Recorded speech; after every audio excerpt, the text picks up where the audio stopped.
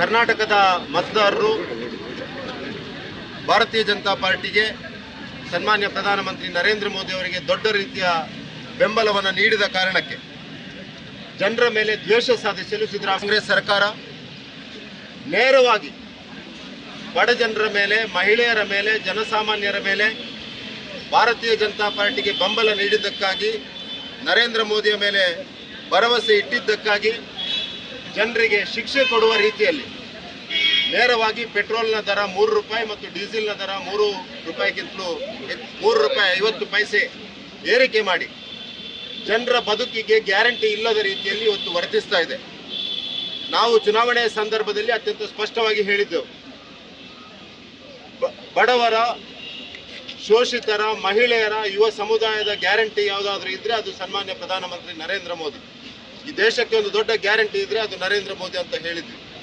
ಅದೇ ರೀತಿಯಲ್ಲಿ ಇವತ್ತು ಸಿದ್ದರಾಮಯ್ಯ ಕಳೆದ 1 ವರ್ಷದಲ್ಲಿ ಹಿಂದೂ ವಿರೋಧಿ ನೀತಿಯನ್ನು ಅನುಸರಿಸಿದ, ಭ್ರಷ್ಟಾಚಾರವನ್ನ ಎಲ್ಲ ಮೀರಿ ಮಾಡ್ತಾ ಇವತ್ತು ಅದೆಲ್ಲವನ್ನ ಸರಿದೂಗಿಸಲಿಕ್ಕೋಸ್ಕರ ಪೆಟ್ರೋಲ್ ದರವನ್ನು ಏರಿಸಿ ನೇರವಾಗಿ ಜನಸಾಮಾನ್ಯರ ಬದುಕಿಗೆ ಹೊಡೆತವನ್ನು ನೀಡಲಿಕ್ಕೆ ಪ್ರಯತ್ನ ಪಟ್ಟಿದೆ. ಭಾರತೀಯ ಜನತಾ ಪಾರ್ಟಿ ನಿರಂತರವಾಗಿ ಜನಸಾಮಾನ್ಯರ ಪರವಾಗಿ, ಬಡವರ ಪರವಾಗಿ ಸರ್ಕಾರ ಇದ್ದಂಥ ಸಂದರ್ಭದಲ್ಲೂ, ವಿರೋಧ ಪಕ್ಷದಲ್ಲಿ ಇದ್ದಂಥ ಸಂದರ್ಭದಲ್ಲೂ ಜನಸಾಮಾನ್ಯರ ಪರವಾಗಿ ನಿಂತಹ ಪಾರ್ಟಿ.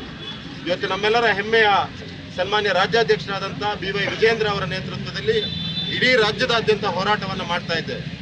ಇದು ಆರಂಭ ಮಾತ್ರ. ಪೆಟ್ರೋಲ್ ಮತ್ತು ಡೀಸೆಲ್ ಬೆಲೆ ದರವನ್ನು ಇಳಿಸುವ ತನಕ ನಾವು ನಿರಂತರವಾಗಿ ಈ ಹೋರಾಟವನ್ನು ಮಾಡ್ತಾ ಇದ್ದೇವೆ. ಇವತ್ತು ಸಾಂಕೇತಿಕವಾಗಿ ಭಾರತೀಯ ಜನತಾ ಪಾರ್ಟಿಯ ಜಿಲ್ಲಾ ಕಚೇರಿಯಿಂದ ಈ ವೆಹಿಕಲ್ ಅನ್ನು ನಾವೆಲ್ಲ ಕಾರ್ಯಕರ್ತರು ಎಳೆದುಕೊಂಡು ಹೋಗಿ ಆ ಪೆಟ್ರೋಲ್ ಸ್ಟೇಷನ್, ಪೆಟ್ರೋಲ್ ಪಂಪ್ನವರೆಗೆ ಹೋಗಿ ಅಲ್ಲಿ ಎಲ್ಲರ ಹತ್ರ ಚಿಲ್ಲರೆ ಹಣವನ್ನು ಸಂಗ್ರಹಿಸಿ ಅದಕ್ಕೆ ಪೆಟ್ರೋಲನ್ನು ತುಂಬಿಸುವ ಪ್ರಯತ್ನವನ್ನು ಕೂಡ ಮಾಡ್ತಾ ಇದ್ದೇವೆ. ನಮ್ಮ ಮಹಿಳೆಯರು ತಮ್ಮೆಲ್ಲ ಗಾಡಿಗಳನ್ನು ದೂಡಿಕೊಂಡು ಇಲ್ಲಿಂದ ಹೋಗಿ ಪ್ರತಿಭಟನೆಯನ್ನು ಮಾಡ್ತಾ ಇದ್ದೇವೆ. ಇದು ಸಾಂಕೇತಿಕವಾಗಿ ಮಾತ್ರ. ಸಿದ್ದರಾಮಯ್ಯ ಸರ್ಕಾರಕ್ಕೆ ನಾವು ಎಚ್ಚರಿಕೆಯನ್ನು ಕೊಡ್ತಾ ಇದ್ದೇವೆ.